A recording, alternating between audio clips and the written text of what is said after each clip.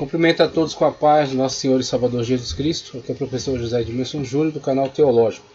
Novamente fazendo gravação com material do curso da FAESP, Faculdade Evangélica de São Paulo, no curso de Apologética, certo? Então estamos estudando a matéria de Apologética.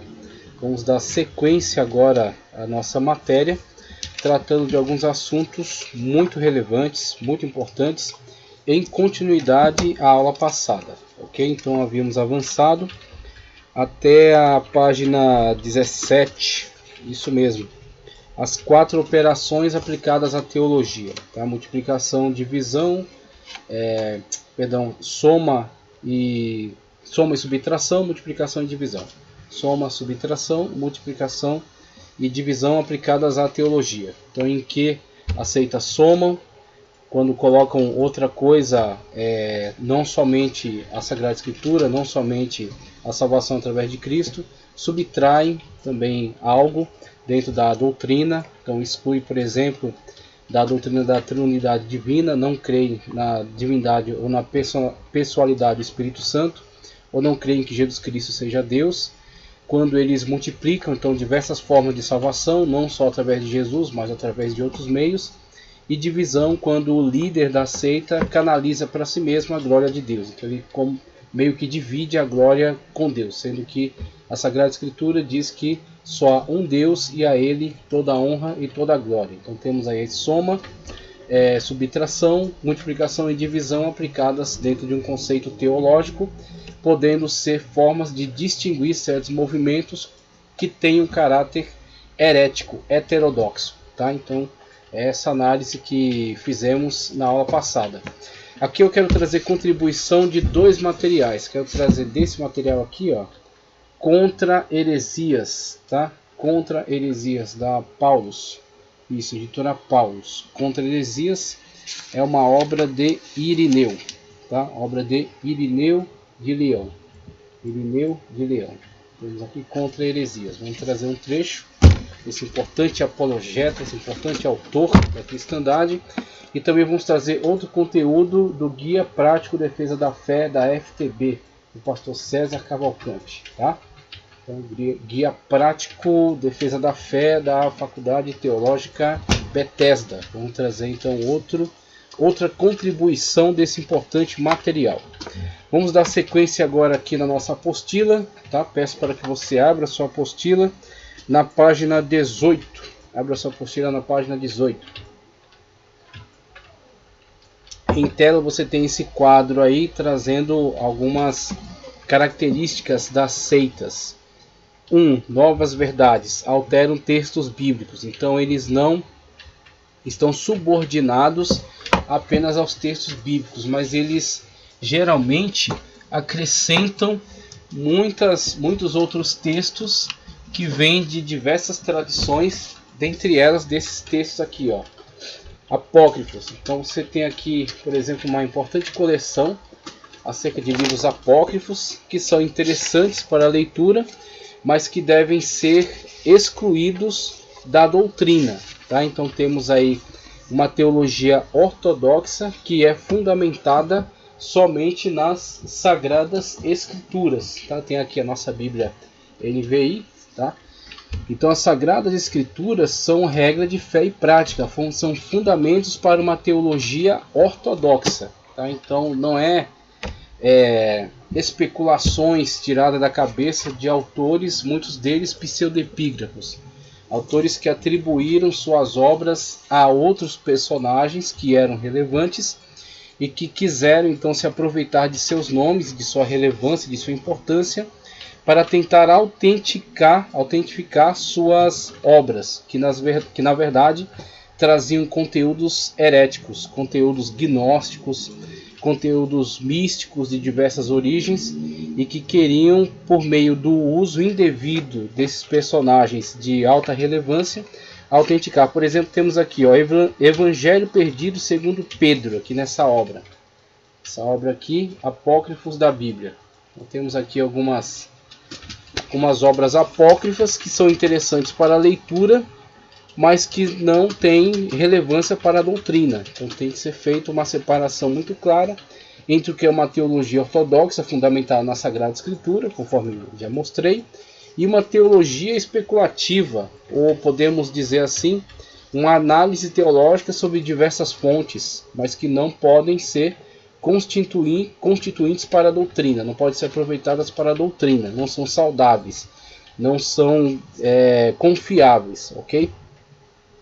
Então, ó, dentre as obras que são citadas aqui, ó, Odes de Salomão, Evangelho Perdido segundo Pedro, Evangelho do Nascimento de Maria, Epístolas de Paulo, o Apóstolo e Sêneca, Primeira Epístola de Clemente aos Coríntios, também tem uma segunda, Epístola de Inácio aos Efésios, aos Magnésios, a Trales, Epístola de Inácio aos Romanos e por aí vai. Então tem diversos.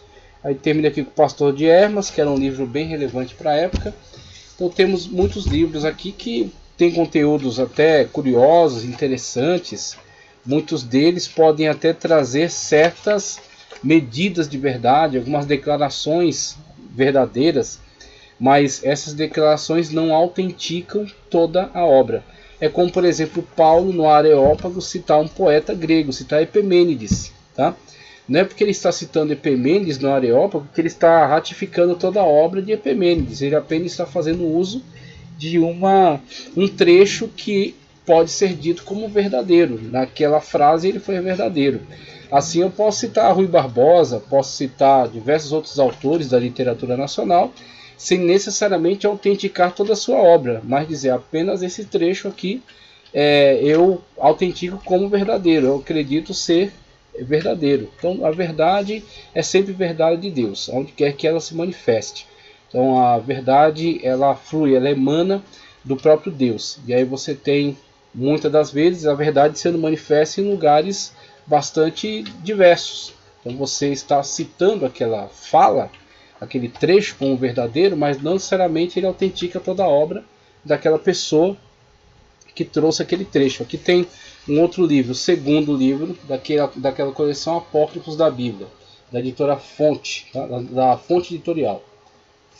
Fonte Editorial. Você tem outros livros aqui, livro de Adão, livro de Abraão, seleções do livro de Moisés, primeiro a quarto Esdras, tá? Atos e Martírio de São Mateus, Atos de André e Matias, Atos de João e por aí vai. Atos de Paulo e Tecla tem aqui. Então são diversos livros, pseudepígrafos, tá? Apócrifos de modo geral. Tem aqui também o primeiro da edição, que é bem antigo, tá? Que principalmente trazem apócrifos e pseudepígrafos do judaísmo, tá?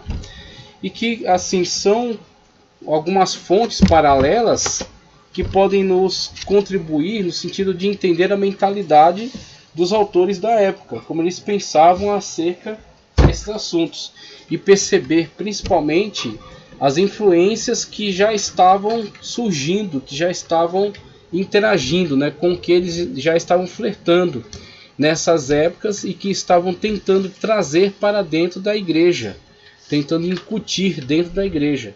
E por isso que os apóstolos, já desde cedo, passaram a adotar uma postura apologética em relação a eles. Inclusive a apologética pode ser até subdividida entre os polemistas e os apologistas, tá? Então os polemistas buscavam de fato o embate por meio de alguns debates em torno de questões bastante polêmicas, tá? Então por isso os polemistas levantam essa questão e defendem a igreja quanto a esses assuntos de grande envergadura, de grande interesse. E os apologistas defendem a ortodoxia bíblica, então ficam mais voltados para uma defesa bastante detalhada com relação ao que é correto dentro da afirmação doutrinária e assim excluir qualquer tipo de influência que venha de fonte externa, que venha de fonte extra-bíblica, tá? Então aí podemos analisar de uma forma bastante mais aprofundada essas questões e ver as importantes contribuições que foram feitas nesta área ao longo da história. Isso que pretendemos fazer. Então temos aí novas verdades, alteram textos bíblicos, como trazendo outras coisas, trazendo outras fontes, trazendo fontes heterodoxas, consultando autores que não têm validade, autores que não têm confiabilidade, tá? Autores que são obscuros e que atribuíram suas obras a outros personagens de maior relevância, por isso pseudepígrafos.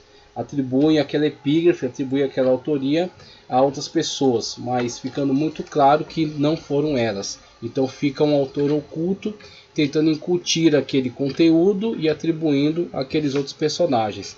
Então quando você começa a ler esses conteúdos e mesclar isso, incutir, tá certo? Introduzir isso dentro da doutrina, tentando introduzir isso dentro da doutrina, você está trazendo fontes externas, está contaminando a ortodoxia, está contaminando a verdade das Sagradas Escrituras. Tá? Então você está misturando conteúdo bíblico com outros conteúdos, ou de revelação pessoal, ou de invenção pessoal, tá certo? Especulações que esses líderes possam produzir, ou essas fontes que são fontes estranhas, né? Que são fontes sem confiabilidade. Novas interpretações da Bíblia, aí entra muito da exegese, né? Em vez de se fazer uma exegese, obedecendo às regras gramaticais, a hermenêutica, assim, ao léxico, né? Onde você tem a busca pelo correto entendimento dos textos nos originais, tanto do grego para o Novo Testamento, do hebraico para o Antigo Testamento, hebraico e aramaico. Em vez disso, você parte para uma interpretação livre, na qual aquilo que você acha é o que prevalece. Então você passa a incutir no texto aquilo que você pretende que ele diga, inclusive produzindo distorções, isolando certos trechos, manipulando outros, ignorando outros, para que produza aquilo que você quer que ele produza. Então você primeiro concebe a doutrina e tenta encaixar ela dentro do texto bíblico, em vez do contrário, em vez de você extrair da Bíblia aquilo que são as verdades fundamentais para a produção de uma doutrina sadia, em conformidade com a leitura literal, a leitura correta das Sagradas Escrituras. Então, novas interpretações distorcem o que está escrito na Bíblia por livre interpretação. Não existe, e a Reforma não trouxe essa possibilidade de uma livre interpretação, e sim de uma livre análise. Tá? Então, o que a Reforma proporcionou é que as Bíblias fossem produzidas nos vernáculos, nas línguas pátrias, para que as pessoas tivessem acesso livre às Sagradas Escrituras. Elas não precisassem consultar somente por meio de especialistas que conhecessem o latim, né? Somente pessoas cultas que conhecessem o latim, que tivessem alta formação, ou que tivessem um nível avançado na hierarquia eclesiástica. Então seria um contato por mediação e não um contato direto. E o que a Reforma proporcionou foi esse contato direto. Tyndale, por exemplo, foi um importante tradutor de Bíblias, né? Então as pessoas teriam contato na sua língua. Então você tem uma livre análise para que todos pudessem analisar a Bíblia por si mesmos. Mas a interpretação exige regras, tá? Regras tanto gramaticais, com relação à língua para a qual ela foi traduzida, e as regras gramaticais desta língua, bem como, em relação aos originais, a exegese correta para se entender o que o autor quis dizer, o que aquela expressão significa no original. Então existe livre análise, não livre interpretação. E esses supostos líderes fazem uma interpretação livre das Sagradas Escrituras, do jeito que eles quiserem, manipulando elas ao seu bel prazer. Daí surgem diversos, variados erros, e a gente tem observado esses erros na atualidade. Tá? Uma fonte não bíblica de autoridade, uma seita. Em uma seita, a Bíblia é fonte secundária. Citamos aí já os Mormons, cujo livro deles de autoridade é o livro de Mormon. Eu até tenho aqui, mas não sei onde está. Tá? Então você tem o livro de Mormon, e a Bíblia divide espaço então com esse livro de Mormon. Não é só a Sagrada Escritura, é a Bíblia e o livro de Mormon. Tá? O livro de Mormon, com seus diversos livros, o livro de Nefe, por aí vai, livro de Alma, e o conteúdo que eles trazem aí, que é muito mitológico, é muito fantasioso. Inclusive li um pouco, tá? Mas não tive paciência de ler muito, porque é um conteúdo de fato muito fantasioso. Você tem então a Bíblia dividida em espaço com esse tipo de literatura. Você tem, por exemplo, em relação ao Adventista do sétimo dia, a grave questão deles considerarem os textos escritos de Ellen G. White como o espírito de profecia, sendo então os seus textos, tendo eles uma autoridade equivalente à das Sagradas Escrituras, negando eles que têm uma diferente autoridade, qualidade em relação aos textos das Sagradas Escrituras. Mesmo eles afirmando que as Sagradas Escrituras são regra de fé e prática, mas eles afirmam que em relação aos textos de Ellen G. White, eles negam que seja de diferente importância ou qualidade, eles afirmam que tem o mesmo grau de inspiração, então fica ali, em alguns momentos prevalece os textos de Ellen G. White sobre mesmo a Sagrada Escritura, porque naquilo que ela erra, eles tentam distorcer a Bíblia para se adequar a Ellen G. White, não ao contrário. E aí está o grande erro. Muitos hereges, muitos heresiarcas que enveredaram por esse caminho, produziram heresias tão perniciosas, tão perigosas, que levaram seus adeptos à morte, a se suicidar, por exemplo, para aceitar determinadas ideias propagadas por esses líderes. Então, motivaram suicídios coletivos, por exemplo, para estarem em submissão total às ordens e às supostas revelações desses seus líderes, né? Desses hereges que os estavam liderando e manipulando. Inclusive, a gente vai ver aqui muito de manipulação, as manipulações que são produzidas dentro desses ambientes sectários. Tá? A gente vai ver, inclusive, no Guia Prático de Defesa da Fé. Uma fonte não bíblica de autoridade, que inclusive aqui na apostila já falou de fontes não verificáveis. O que são essas fontes não verificáveis? O que é uma fonte verificável? Sagrada Escritura. Onde que o seu líder, o seu pastor, o seu presbítero, o seu bispo, o seu apóstolo, o seu missionário, ele é confiável? Quando ele está apoiado e o seu ministério está fundamentado na Sagrada Escritura. Quando ele mesmo é limitado pelo texto das Sagradas Escrituras. Quando tudo que ele faz tem que estar pautado pela Sagrada Escritura, pela Bíblia Sagrada. Por quê? Porque é verificável. Se ele pisar fora da linha que é traçada pela Sagrada Escritura, você mesmo chama ele a atenção. Você diz, pastor, bispo, né, apóstolo, por aí vai. Olha, isso que você está dizendo está fora do que diz a Bíblia. Isso que você está falando está fora do que diz a Sagrada Escritura. Então você precisa se ajustar àquilo que está em conformidade com a Bíblia Sagrada. Essa sua interpretação é incoerente, você está em contradição. Você está pregando algo equivocado. Tá? Você fez uma leitura equivocada. E aí você vai conseguir contraditá-lo, confrontá-lo, chamá-lo de volta à responsabilidade. E se ele tiver a devida humildade para isso, e a maturidade espiritual, ele vai te ouvir e vai buscar se ajustar, se alinhar, ok? Se ele for arrogante, ele vai tentar te desprezar, te humilhar e rejeitar aquilo que você está trazendo para ele como esclarecimento. Mas pelo menos você tem uma forma de avaliar as suas ações e uma forma de limitar aquilo que ele está fazendo, tá certo? O que ele está falando. Porque você tem uma regra de fé e prática, que é a Sagrada Escritura. Agora, quando você tem algo não verificável, é impossível você fazer esta análise, essa cobrança, tá? Esse ajustamento de conduta. Por quê? Foi uma revelação. Aí quando você vai tentar questionar, vai dizer, não, mas quem tive a revelação fui eu. Foi comigo que Deus falou. Não, foi uma voz que eu ouvi.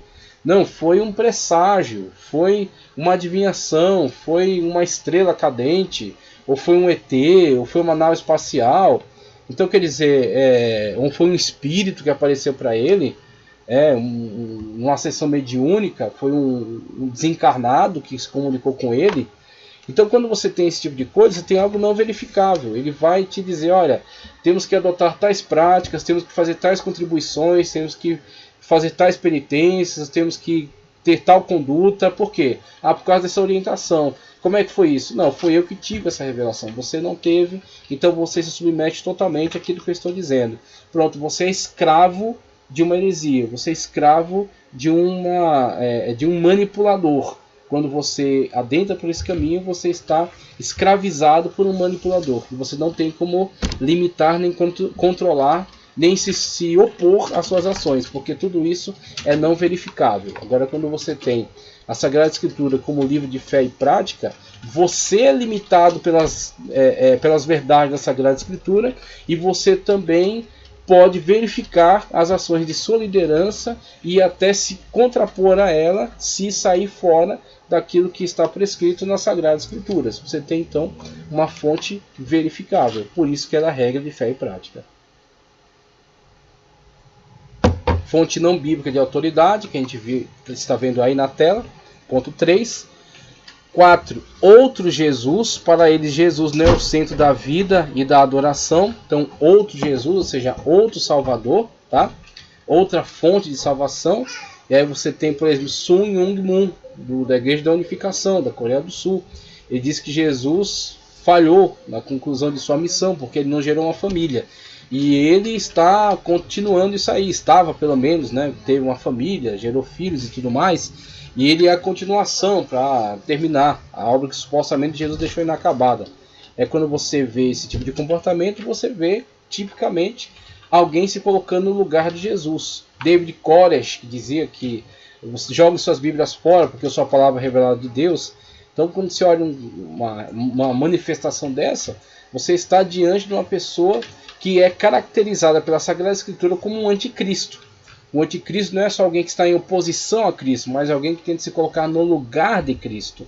Tenta ocupar o lugar que pertence somente a Cristo. Ok? Então você tem uma manifestação demoníaca, satânica, diabólica, de um falso líder que está sendo manipulado por forças malignas e está assumindo um papel de anticristo, se colocando no lugar de Cristo, assumindo um papel de salvador que ele não é, que ele não pode ser, tá?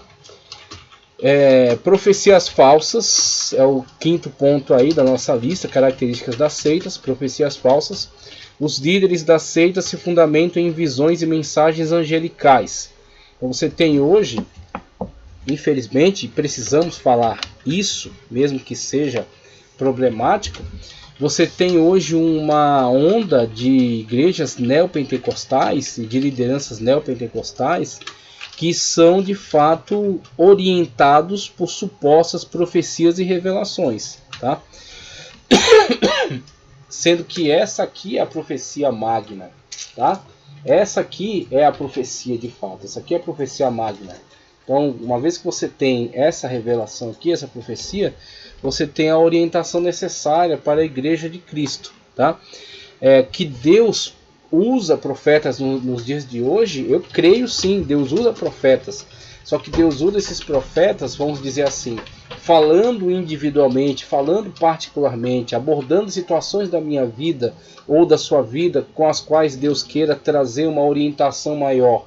E todas essas profecias podem ser verificáveis, podem ser provadas. Então, quando alguém se levanta para trazer uma mensagem da parte de Deus para nós podemos verificar isso. Você tem que ter comunhão, você tem que ter um relacionamento com o Espírito Santo de Deus, para que você possa pedir confirmação, tá certo? Para que você possa ter essa confirmação da parte do Espírito, se aquilo provém de fato de Deus, e você possa primariamente fazer uma verificação escriturística. Se aquilo entrar em contradição com qualquer trecho da Sagrada Escritura, não é Deus, descarte de imediato, porque o Espírito Santo ele não entra em contradição com a própria Escritura que ele produziu. Mesmo que a Bíblia tenha mais de 40 escritores, ela tem um só autor, que é o Espírito Santo de Deus que conduziu todo o processo. Então ele não entra em contradição consigo mesmo. Se contrariar algum trecho bíblico, descarte imediatamente. Não contradiz textos bíblicos, mas você está inseguro, peça confirmação, tá? Então existe toda essa situação. Mas a única profecia que guia a igreja, tá? Que guia a igreja como um todo, é a profecia magna das Sagradas Escrituras. Então existem profecias individuais, tá? Que Deus pode usar para trazer mensagens, revelações, exortações, tá? Ou uma palavra de ânimo para mim ou para você, que podem ser verificáveis. E em relação à igreja, ela não deve ser guiada por profecias ou revelações individuais. Ela tem que ser guiada e orientada pela profecia magna, que é as Sagradas Escrituras. As palavras de Cristo, os ensinos dos apóstolos, as revelações, que estão presentes no Apocalipse, tá? Os textos do Antigo Testamento, da Velha Aliança, sendo lidos a partir da ótica neotestamentária, é assim que a igreja é conduzida, é assim que a igreja é guiada, ok? Que é a profecia magna, que é as Sagradas Escrituras, que guia a igreja. Agora, hoje você tem movimentos neopentecostais que vivem a partir de supostas visões do líder, estratégias do líder, revelações do líder, e essa revelação conduz toda a igreja numa campanha, ou num voto, ou em meios de arrancar bens e dinheiro, tá certo? E envolver as pessoas num ativismo religioso, muitas das vezes levando elas à exaustão, ao limite das suas forças. Por quê? Porque estão presas a essa mentalidade, estão subjugadas com as suas mentes acorrentadas a essas lideranças manipuladoras, as lideranças que são perigosíssimas ainda nos dias de hoje. E o exclusivismo. Dizem ser os únicos a estarem certos. Exclusivismo. Já ouviu aquela frase, inclusive Paulo Romero? Eu tenho que trazer os livros aqui para perto para mencionar para vocês. Eu não vou encontrar ele aqui, não deve estar perto de mim. Mas o livro do Paulo Romero é aqui, não, aqui é Dom Richardson, que também é muito importante, mas eu queria falar agora sobre Paulo Romero. Não vou encontrar aqui perto de mim, depois eu vou mostrar para vocês. Mas um livro chamado Decepcionados com a Graça, tá? Decepcionados com a Graça, de Paulo Romero. E também tem o Supercrentes, no qual ele investiga, tá certo? Ele de fato cataloga, né? Muitos casos onde essas lideranças manipuladoras emitiram falsas profecias, tá? Manipularam as pessoas, levaram elas a dar altas somas em contribuição ou se envolverem em comportamentos absurdos, ridículos, tá? Por quê? Manipulação mental, e essa ideia exclusivista de que só eles tinham uma revelação superior, uma revelação especial, uma nova unção, tá certo? Uma nova profecia, e que a partir daí eles se tornavam líderes exclusivos, detentores aí de um poder excepcional, de um contato especial com Deus, de uma autoridade que é sobre todos os outros demais. Então você tem, a partir dessas ideias exclusivistas, essa manipulação, tá certo? E esse domínio sobre as mentes, e essa mentira, né? Quando eles atraem, eles concentram toda a possibilidade de salvação no seu movimento, e não na pessoa bendita de Cristo Jesus. A salvação não está nem em ideias. Quem afirma que a salvação está em ideias são os gnósticos. Os gnósticos que têm todo aquele processo de iniciação, aquela ideia de dividir as pessoas em rílicos, psíquicos e pneumáticos, sendo os pneumáticos espirituais. E a pessoa vai em grau ascensional, tendo contato com certas informações, certo conhecimento secreto. Por isso que eles são esotéricos, né? São fechados, somente para os iniciados. E conforme a pessoa vai avançando, ela vai subindo em graus de conhecimento e assim vai ascendendo também espiritualmente. Então ela se salva por meio desse suposto conhecimento secreto que é partilhado somente aos iniciados, tá? Então isso é pessoas que creem que a salvação é por meio de um conhecimento. A salvação não é por meio de um conhecimento, a salvação é por meio de uma pessoa. E a pessoa chama-se Jesus Cristo, o único e suficiente Salvador. E aí a informação que recebemos sobre ele, por meio da pregação, ela leva-nos a crer na sua pessoa bendita, numa ação do Espírito Santo de Deus dentro de nós, que nos convence do pecado, da justiça e do juízo. E uma vez que nós abrimos nosso coração e recebemos essa verdade de Cristo como único e suficiente Salvador, os seus méritos adquiridos na cruz do Calvário, o seu sacrifício vicário, nos coloca em condições diante de Deus de estarmos novamente em comunhão, fazendo essa ligação. Por isso que ele é o único mediador entre Deus e os homens, tá? Proporcionando a nós então salvação no seu santo nome. A salvação é numa pessoa, na pessoa bendita de Cristo, e não através de práticas que são estipuladas por certos movimentos religiosos, nem através da adesão a determinado grupo, tá? Nem através de conhecimentos secretos que são partilhados. A salvação está na pessoa bendita de Jesus Cristo, tá? Então, pertencer ao corpo de Cristo é estar ligado a Ele, é estar em comunhão com Ele. E você pode estar em comunhão com Ele em diferentes denominações, desde que as denominações sejam ortodoxas, tenham respeito para com aquilo que é a revelação das Sagradas Escrituras, tá? Então elas recebam as Sagradas Escrituras em sua integralidade e tenham reverência, tenham respeito por ela e vivam conforme ela, independentemente da denominação, ok? Por isso que a salvação não está em denominações, a salvação está na pessoa bendita de Cristo Jesus. Assim cai por terra essas alegações do exclusivismo. Nós rejeitamos essas alegações do exclusivismo. Aí, voltando aqui para a apostila, né, queria aproveitar aqui esse quadro que é muito importante para nós discutirmos todas as questões. Mas a apostila fala o seguinte: por que as seitas são atraentes? Tá? Por que as seitas são atraentes? Aqui na página 18, da sua apostila. A seita satisfaz várias necessidades. Psicológica, tá? Alguém pode ter uma personalidade fraca, facilmente manipulável, tá? Emocional, a pessoa pode ter sofrido um trauma emocional recente ou no passado. Intelectual, o membro tem perguntas que esse grupo responde. A seita dá aos seus membros a aprovação, aceitação, propósito e uma sensação de pertencer a algum grupo. A seita também pode ser atraente por outras razões, como rigidez moral e demonstração de pureza, segurança financeira, promessas de exaltação, redenção, consciência mais elevada ou um conjunto de outras recompensas. Depois a pessoa permanece por motivos como, e aí ele enumera aqui alguns que são muito relevantes para que nós possamos analisar e perceber as diversas formas, as diversas teias, né, por meio das quais as pessoas ficam presas, ficam amarradas a essas seitas. Mas ele já começou aqui com algumas análises sobre as próprias pessoas. Então você tem uma personalidade fraca, então uma má formação na sua personalidade, tá? Então você tem situações de traumas, né? Traumas recentes ou antigos.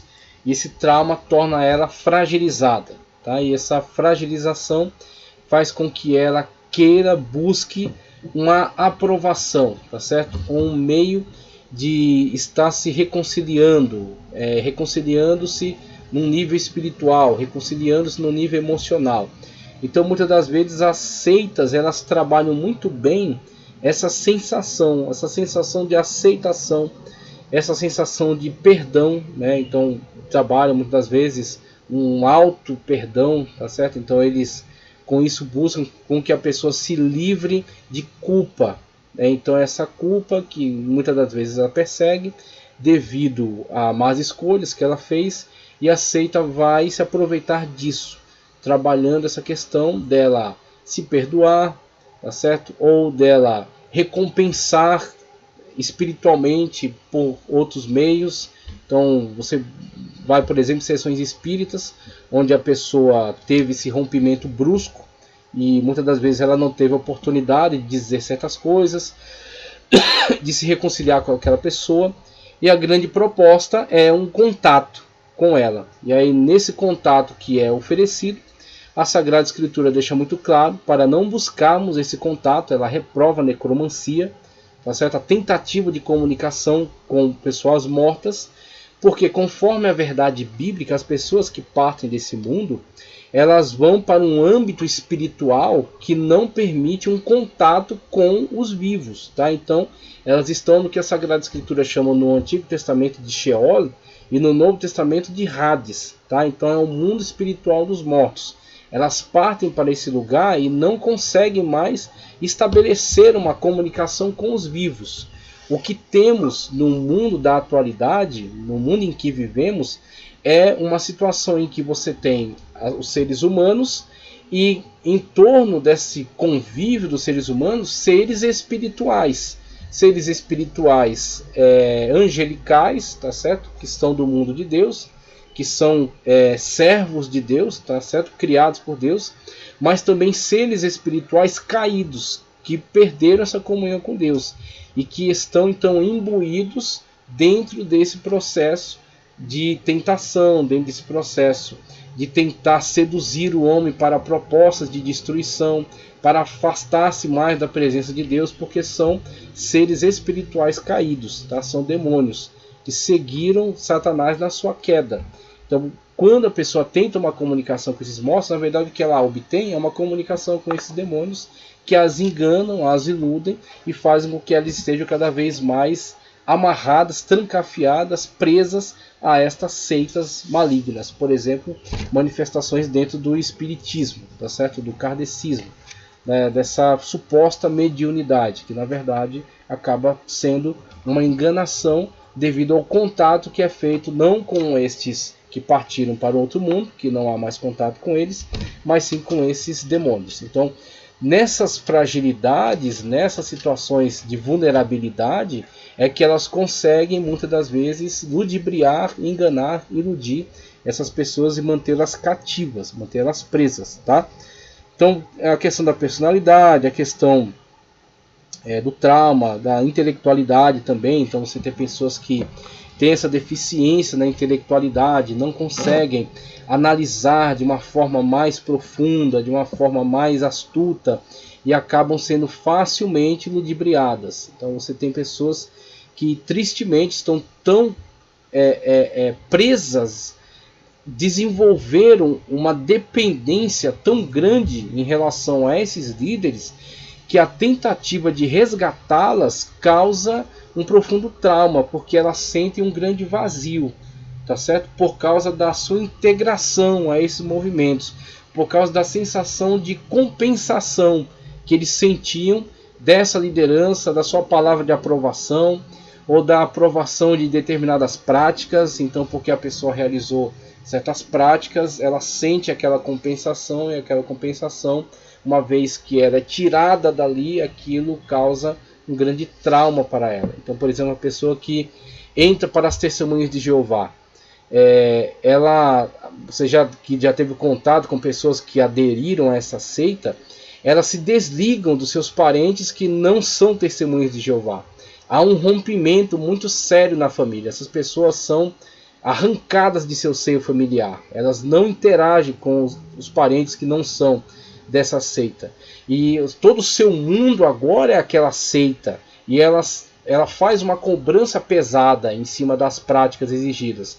Por que você acha que as testemunhas de Jeová batem na porta das pessoas domingo de manhã? Por que você acha que elas ficam paradas nas esquinas entregando aquela literatura? Porque elas são obrigadas a realizar essas práticas. Aquilo tem uma tabela, ela vai entregar aquela tabela para o seu líder, de quantas horas ela fez entregando literatura, batendo de porta em porta. Eles fazem ligações agora também.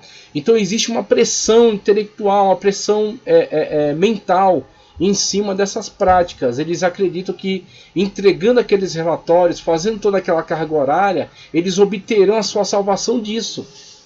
O espírita, quando faz boas obras, ele está tentando obter com isso uma evolução espiritual, para que em outras encarnações ele venha como seres mais elevados, até que eles saiam desse plano. Eles estão buscando sempre uma tentativa de compensação, de retribuição, de contentamento, tá certo? Então eles criam essa dependência. Não há liberdade como há liberdade em Cristo Jesus. Se o Filho do Homem vos libertar, verdadeiramente sereis livres. O crente faz obras não para ser salvo, mas porque ele é salvo. É como resultado. A sua salvação está na pessoa bendita de Cristo Jesus. O seu perdão em Cristo é total. Tá certo? A sua liberdade é plena. Ele é tão livre que ele é livre inclusive para sair. A pessoa pode abandonar o Evangelho sem quaisquer retaliações. O problema é que, abandonando o Evangelho, ele abandona a salvação da sua alma. Então é a realidade. Mas ele não será perseguido, ele não será coagido.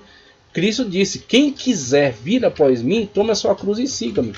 O próprio Cristo, o Senhor, o Salvador, ele diz: quem quiser vir após mim, tome a sua cruz e siga-me. Ele está coagindo ninguém a segui-lo. mas se a pessoa quiser salvação, é somente através dele. Aí precisa segui-lo. Aí tem que tomar a sua cruz e segui-lo. Mas existe esta questão dessa cadeia intelectual, emocional que é gerada dentro desses movimentos sectários. Olha a lista que ele passa aqui, ó. Dependências. Pessoas querem frequentemente ficar porque a seita vai de encontro às suas necessidades psicológicas, intelectuais e espirituais. Psicológicas, intelectuais e espirituais. Agora, quem cria essa dependência? A própria seita. Tá? Que a pessoa não seria nada sem aquela seita, que a pessoa não tem vida própria, ela não tem inteligência para analisar as coisas, somente através da revelação do líder, somente através das visões do líder, ela não consegue analisar as coisas por si mesma, ela não consegue ter uma vida fora daquela seita, então cria toda uma pressão mental para que a pessoa esteja dependente daquela seita. É uma droga, tá certo? A pessoa de fato está inebriada por aquela droga e ela precisa cada vez mais daquilo.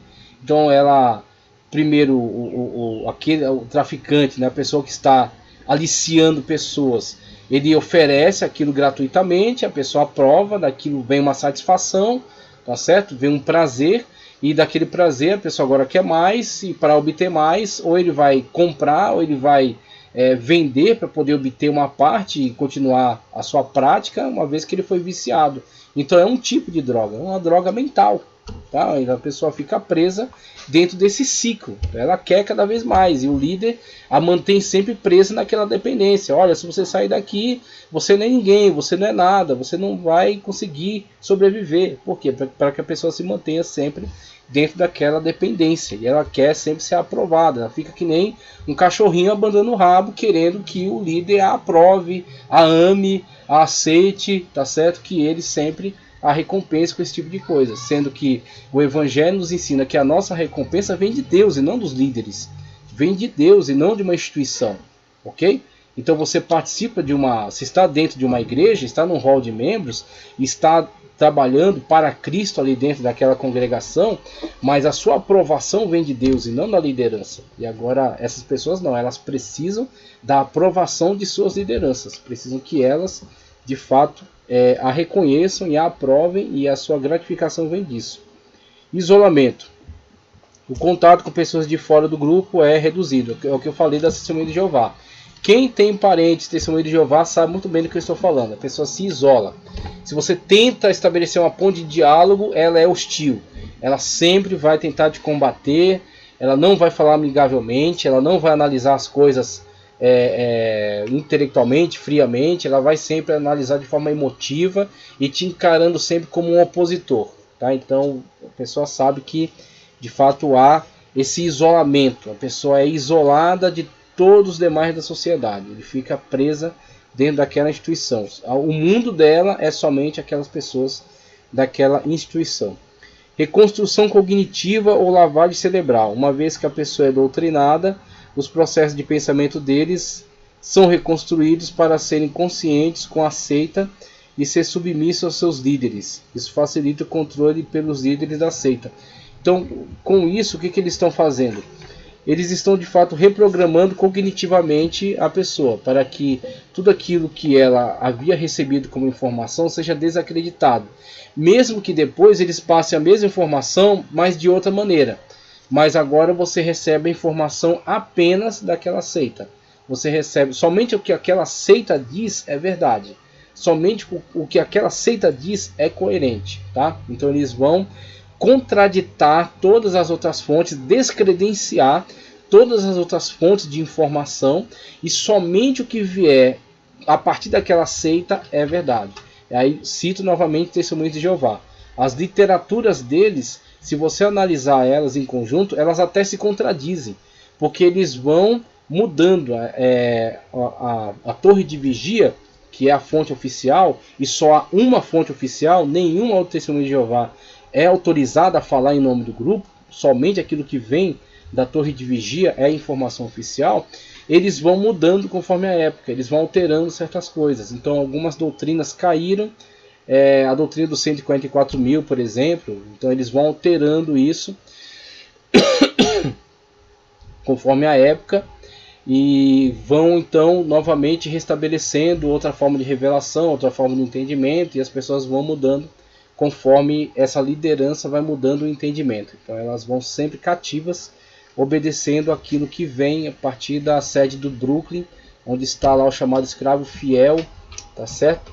Que é um grupo de pessoas que pensa as doutrinas da Torre de Vigia, que vai emitir os livros, onde vão estar presentes então a sua forma de pensamento em relação a diversos assuntos. Então você tem aí pessoas que estão cativas com relação a essa reprogramação cognitiva. A sua informação só vem daquela fonte. Aquela fonte é a única verdade. Tá? Substituição. A seita e os líderes ocupam frequentemente o lugar de pai, mãe, mentor, discipulador, pastor, professor. E aí gera um relacionamento abusivo. Um relacionamento extremamente abusivo. Porque a pessoa ela não tem liberdade. Não há assim uma alçada de envolvimento, né? Então, olha, o que é da alçada do pastor? O que é da alçada do professor? O que é da alçada do juiz? Então, em questões jurídicas eu consulto meu advogado. Em questões religiosas eu falo com meu pastor. Em questões intelectuais eu tenho um orientador, um professor. Não, tudo é da seita. Tudo vem do líder. Tudo vem daquele grupo, tá? Então aquele grupo se mete em tudo na sua vida. Você vai ver, por exemplo, uma grave questão entre os mormons, que é o casamento poligâmico, né? A poligamia. A poligamia que era incentivada, que era praticada por Joseph Smith. Outros líderes adotaram também essa poligamia. E isso foi muito difundido, até que os Estados Unidos combateu bastante. Eles tiveram que buscar uma área dos Estados Unidos para se isolar, para continuar praticando essa poligamia. Então, um homem só casava-se com várias mulheres, tá?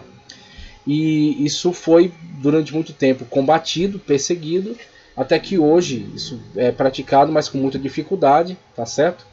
Mas, de fato, esses líderes, eles invadem todas as áreas da vida da pessoa. Eles invadem todos os setores, então não há um setor da vida em que seja privativo dela, que as decisões sejam somente dela. Não, o líder invade todas as áreas, com quem ela vai casar, onde ela vai trabalhar, quais são as suas preferências e tudo mais. Tudo isso vai sendo dominado por essas lideranças. Toda a sua vida está cativa desse movimento e ela vai sendo manipulada, vai sendo meio que um marionete na mão desses líderes. Então esse é o grande risco. Pessoas que se encontram nessa situação, de fato, estão cativas, elas são escravas, tá? Elas são escravas, de fato, dessa liderança.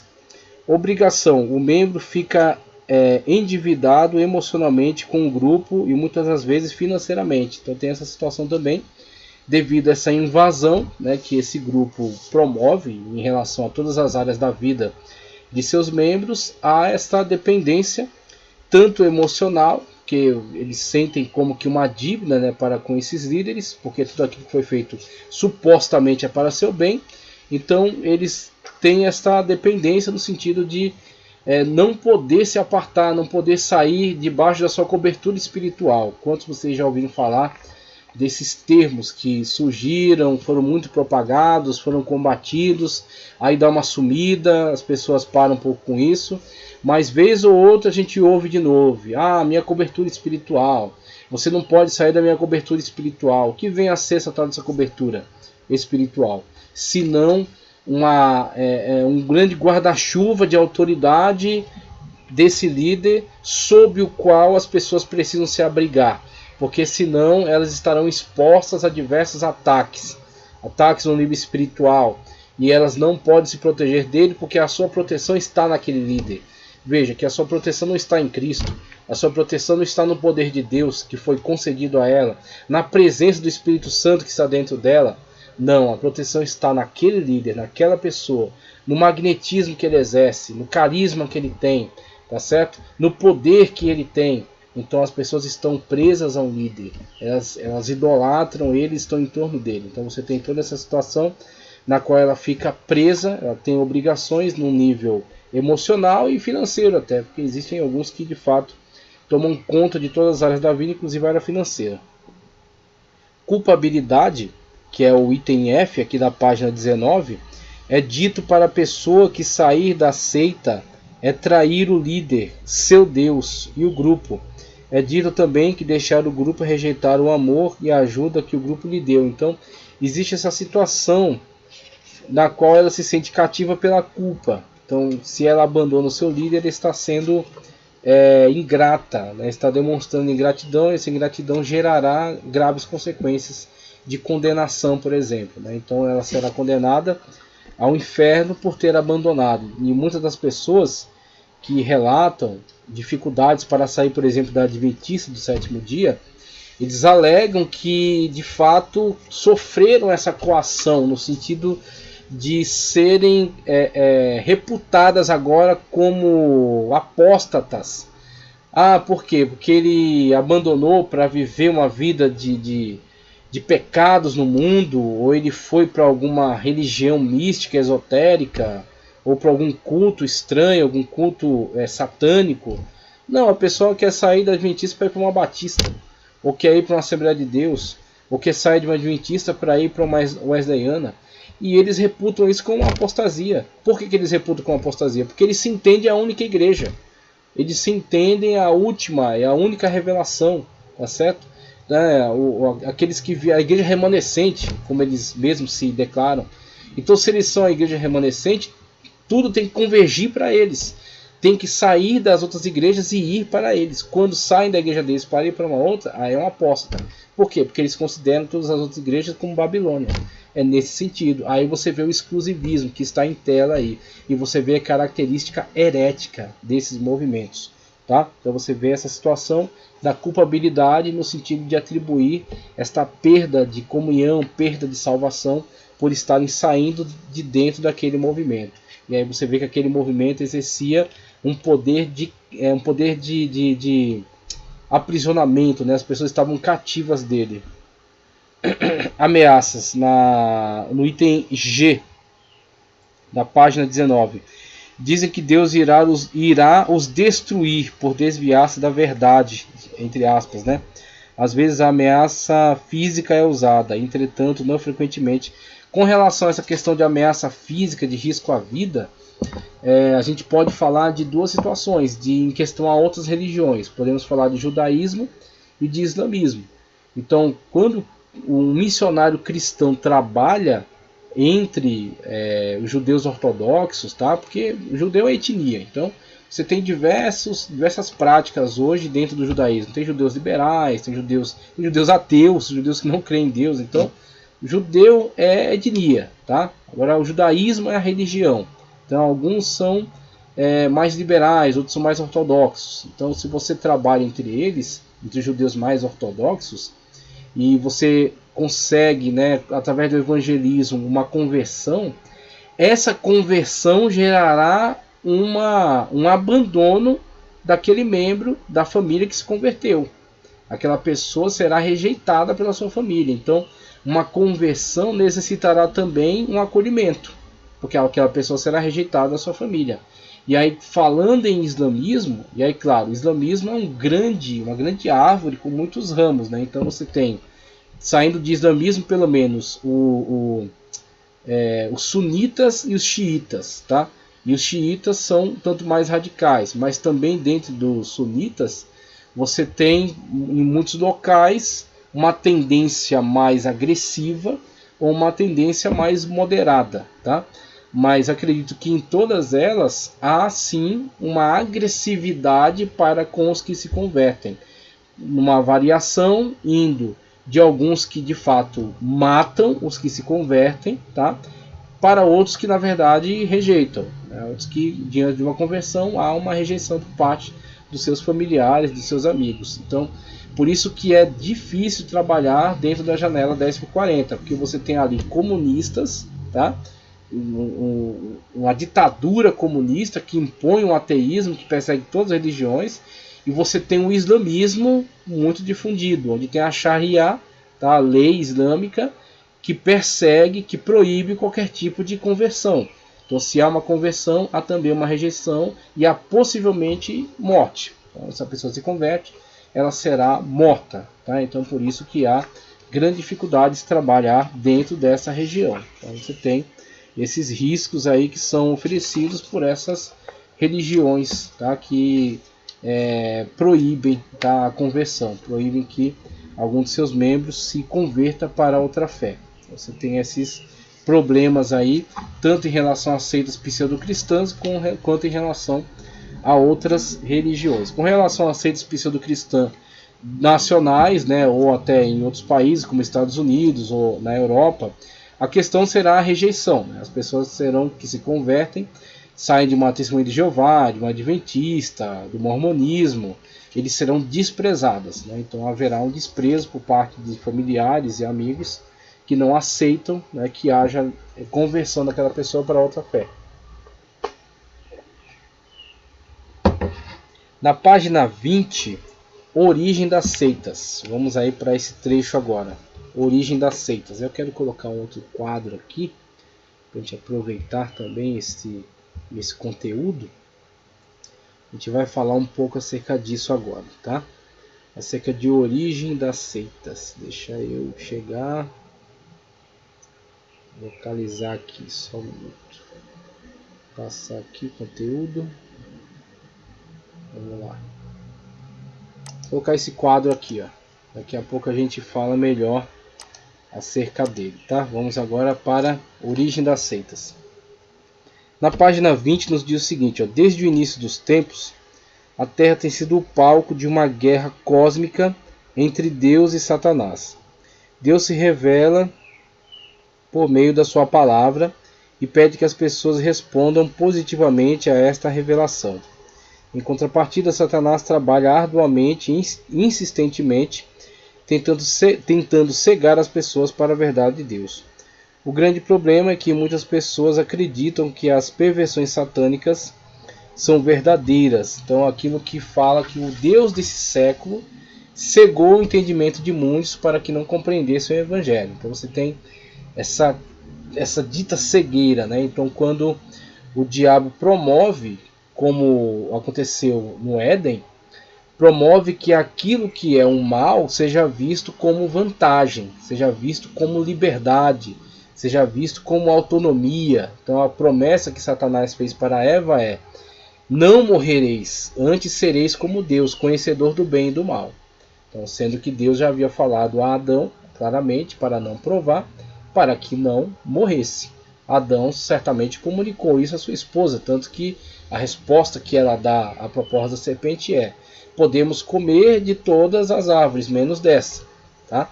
E a contrapartida que a serpente apresentou, na verdade Satanás por meio da serpente, é: não morrereis. Então ele contradisse as palavras de Deus: não morrereis, antes sereis como Deus. Então a grande questão de Eva e certamente também de Adão, Eva deu a Adão e Adão também comeu junto com ela. O crime de Adão é até maior, porque Deus falou pessoalmente com ele, né?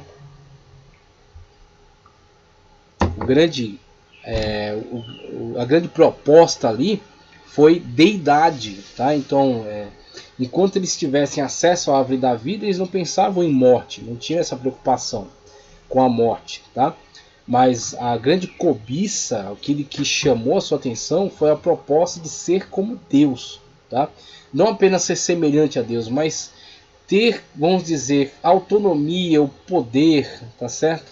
A autoridade. Então por isso que ele diz: sereis como Deus, conhecedor do bem e do mal. E aí eles pensavam que poderiam, que Deus estava ocultando isso deles, Deus os estava privando disso. E quando eles de fato aceitaram a proposta e tomaram daquilo e levaram para dentro dele, participando daquele pecado, eles viram que aquilo destruiu a sua natureza enquanto puro, enquanto pureza espiritual. E agora eles estavam contaminados e não sabiam lidar com esse tipo de conhecimento de duplicidade, conhecimento do bem e do mal, tá certo? E isso causou neles um descontrole, um desconforto, tá certo? Então, quando Deus ele vem interagir, eles se escondem, eles não se revelam para Deus, eles estão com vergonha, eles estão com medo. Então veja que aquilo trouxe para eles destruição da sua natureza, da pureza que eles desfrutavam, tá certo? Então você tem essa situação desta proposta satânica que é repetida diversas vezes. A pessoa vai ter liberdade, a pessoa vai fazer o que quiser da sua vida, vai gozar de prazeres, vai ter o que quiser, vai fazer o que quiser, vai ser dono do seu nariz, vai ser como Deus. E aí quando a pessoa embarca nessa sedução, se flerta com isso e se deixa levar, quando ela vê o que ela comprou lixo, ela comprou um conteúdo podre, tá certo? Algo que traz para dentro dela destruição, algo que traz condenação, que separa ela de Deus, que aparta ela de Deus. Então isso é repetitivo, isso é repetido ao longo da história. A proposta é sempre essa. A proposta é sempre de liberdade, de fazer o que quiser, de ser dono do seu nariz, de consumir o que quiser, de fazer o que quiser da sua vida. Mas quando você embarca nessa sedução e se deixa levar e cai dentro dessas práticas, desse pecado, você vê que tudo isso traz destruição, traz quebra da comunhão com Deus, traz afastamento de Deus, condenação, morte. Então esse tem sido o combate, né? No sentido de Satanás fazer frente a Deus, que Satanás não pode fazer. Satanás é uma das criaturas de Deus, Deus é todo poderoso. Mas o que temos aí? Deus trazendo a verdade, sempre disponibilizando a verdade para todas as pessoas, e Satanás sempre tentando a seduzir para a mentira. Então quando elas se deixam levar, se deixam seduzir, elas pensam estar obtendo vantagens para si, mas quando elas de fato começam a desfrutar disso, veem que tudo que elas obtêm é destruição, né? Pecado, é queda, é morte, é separação de Deus. Então essa é a grande manipulação que Satanás faz por meio das seitas, sempre oferecendo algo como se fosse extraordinário, grandioso, maravilhoso, secreto, que ninguém nunca teve acesso e que a pessoa agora, devido a alguma característica peculiar, ela agora vai ter acesso a isso, e quando ela embarca nisso, ela se vê cativa, se vê presa, né? Se vê enganada, ludibriada. Então na continuação diz, entre as muitas razões para o surgimento das seitas e falsos ensinos no mundo hoje, destacam-se a ação diabólica no mundo, conforme 2 Coríntios 4:4. B. Ação diabólica contra a igreja, né? Mateus 13:25. C. Ação diabólica contra a palavra de Deus, então atentando contra a verdade da Sagrada Escritura. Mateus 13:19. D. O descuido da igreja em pregar o evangelho completo ou pleno, né? Mateus 13:25. E a falsa hermenêutica, 2 de Pedro 3:16, constituirão doutores conforme as suas próprias concupiscências, doutores que estão hoje afirmando para ter orgulho de ser gay, doutores que estão afirmando que a Bíblia precisa ser atualizada, então doutores que estão afirmando todo tipo de loucura contrária à Sagrada Escritura, porque são doutores conforme a sua própria concupiscência, conforme a sua própria carnalidade. Doutores que estão afirmando que Jesus não andou sobre as águas, por exemplo, que aquilo é somente uma metáfora. Estão desacreditando a Bíblia, estão desacreditando os milagres, estão contrariando flagrantemente a Sagrada Escritura. Por quê? Porque são doutores conforme a sua própria concupiscência, alimentados pelo seu próprio pecado, alimentados pelos seus próprios desejos, e justificam esses desejos por meio de argumentações, manipulando a Sagrada Escritura, deixando ambígua a sua abordagem, relativizando e fazendo com que a Sagrada Escritura seja lida incorretamente, e assim possam justificar seus pecados, seus erros, sua própria forma de interpretação. Tá? Então temos aí ataques contra a Sagrada Escritura e contra a Igreja de Cristo. A falsa hermenêutica, conforme segunda carta de Pedro 3,16. A falta de conhecimento da verdade bíblica, 1 Timóteo 2, porque se houvesse um bom conhecimento, se houvesse um interesse, você tem hoje muitas Bíblias disponíveis, que não haviam na Idade Média. As pessoas morriam por tentar adquirir uma Sagrada Escritura. Pergunte aos valdenses, que tiveram seus filhos mortos, batidos contra as rochas, porque eles estavam traduzindo Bíblias. Então a Igreja Católica os perseguiu, proibindo de traduzir as Bíblias, e de tal forma foi brutal essa perseguição que eles batiam os filhos deles contra as rochas para proibi-los de traduzir Bíblias. O que eles queriam? Traduzir Bíblias, difundir esse conhecimento, pregar, o que a Igreja Católica não estava autorizando, porque ela queria deter somente para si a possibilidade da leitura, da interpretação, manter o povo cativo, totalmente cativo aos seus sacerdotes, ok? Então, devido aos valdenses tomarem essa iniciativa, pagaram um alto preço. E hoje você compra a Bíblia de, sei lá, 10 reais. Você pode achar a Bíblia até de 5 reais, talvez. E as pessoas leem por causa disso. Então você tem hoje a informação. Você baixa uma Bíblia de graça, tá certo? Um PDF inteiro da Bíblia de graça. Você lê em qualquer língua. Eu tenho um aplicativo aqui que eu leio a Bíblia em qualquer língua no meu computador. E aí alguns aproveitam dessas vantagens. Todos aproveitam? Certamente que não. Por eles não aproveitarem disso, por eles não se prepararem, não adquirirem conhecimento bíblico, as seitas têm muita liberdade, têm muita possibilidade de ação, tá certo? Conseguem enganar muitas pessoas. Por quê? Ignorância, falta de conhecimento bíblico. Quando a pessoa não tem conhecimento bíblico, o que disserem para ela como pregação, ela acredita ser verdade. Porque elas não fazem como os bereanos. O que os bereanos faziam? Paulo pregava e eles conferiam se estava conforme o texto que ele havia citado. Se ele distorceu o texto, se ele leu o texto incorretamente, se ele interpretou incorretamente. Então Paulo louva aquela presteza dos bereanos em analisar tudo aquilo que ele estava pregando. Então ele entendeu que aquilo era um comportamento correto. Tá? Então, inclusive, ele tinha muita maturidade, muito preparo para não se ver intimidado por isso. Tem líder que, se ele estiver pregando, você estiver analisando, e se você questionar ele depois do culto, ele vem com aquela conversinha: não toqueis no ungido do Senhor. E esse não toqueis no ungido do Senhor não diz respeito a pessoa não poder ser questionada, mas sim no sentido de ela não dever ser agredida. E aí, corretamente, de fato, não deve se partir para cima para dar um tapa, né, ou dar um soco no líder porque você não gosta dele. Mas você questionado com relação à sua pregação é plausível, é completamente correto, garantido pela Sagrada Escritura, tá certo? Então, esse não toqueis no ungidos do Senhor não diz respeito a essa condição de não ser analisado, não ser avaliado. Isso não está em conformidade com a leitura correta do texto, ok? A falta de conhecimento da verdade bíblica, conforme 1 Timóteo 2.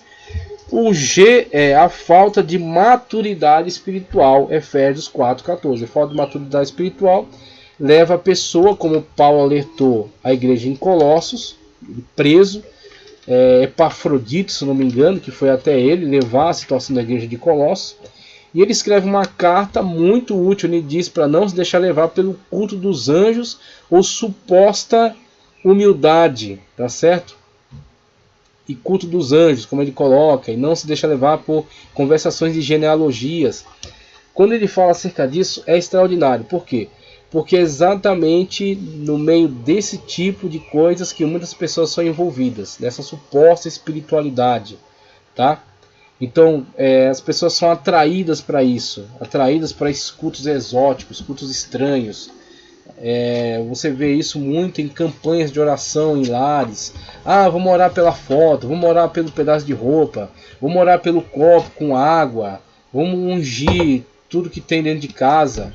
Então você tem toda essa espiritualidade distorcida, os elementos sendo usados de forma incorreta, ou sendo atribuído poder divino a objetos. Então a rosa ungida, o sal, tá certo? Ou ungir todas as coisas, ou orar por peças de roupa, ou orar por foto. Então você tem toda essa distorção da espiritualidade que Paulo já observava no seu tempo, e que muitas das vezes se manifestava com outras formas, mas que era a mesma distorção, dentre elas o chamado culto dos anjos. Então, em vez da pessoa adorar a Deus, adorar a Jesus Cristo, ele ia adorar a estes personagens angelicais, pedindo para que eles interviessem como mensageiros de Deus, ou como pessoas que poderiam trazer a bênção de Deus, em vez de pedir diretamente a Deus por meio de Cristo, que é o único mediador entre Deus e os homens. Então você tem aí uma distorção da espiritualidade, e é isso que Paulo estava alertando, e é esse o mesmo alerta que precisamos para os dias de hoje, porque ainda corremos o mesmo risco que corriam essas comunidades, com outros nomes, mas a mesma prática, certo? Na página 21, porque as seitas estão crescendo assustadoramente. Aí ele traz um texto de Norman Geisler, que inclusive eu já li. A igreja não tem ido ao encontro das mais profundas necessidades das pessoas, não tem oferecido a elas sentimento de fazer parte, tá? Outros fatores que ele cita é fruto da pós-modernidade. Então, falando acerca da atitude da igreja, ou da falta de ação, né, da falta de atitude da igreja em alguns momentos, nós temos o risco da igreja ela se limitar à repetição de liturgia. Então, às vezes a igreja entra numa certa liturgia repetitiva e ela acha que isso é suficiente. Tá? Tem culto por aí que parece que virou missa já, né? Então é aquilo lá, canta 3 hinos, traz uma saudação, uma pregação, às vezes bem repetida já, sem uma busca maior de entendimento de outros temas provocativos, tal. Faz uma oração, recolhe as ofertas e vão para casa. E nessa repetitividade, nessa falta de espírito, nessa falta de dinâmica, tá certo? De condução, de inspiração da parte do Espírito de Deus, muitas das vezes a igreja não atende às necessidades. Então a igreja precisa estar consciente do seu papel apologético, tá? A igreja, o pastor, a liderança, os presbíteros, tá?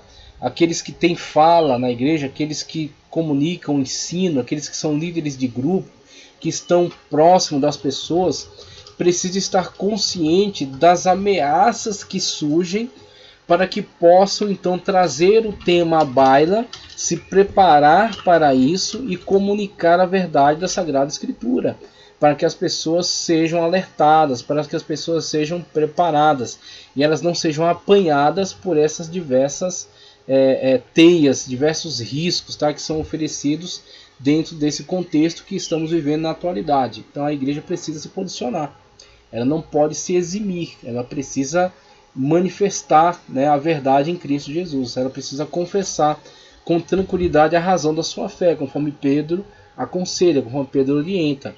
Então isso parte sim da liderança, da preocupação da liderança em abordar esses temas, em trazer isso biblicamente, em preparar as pessoas, discipular melhor as pessoas.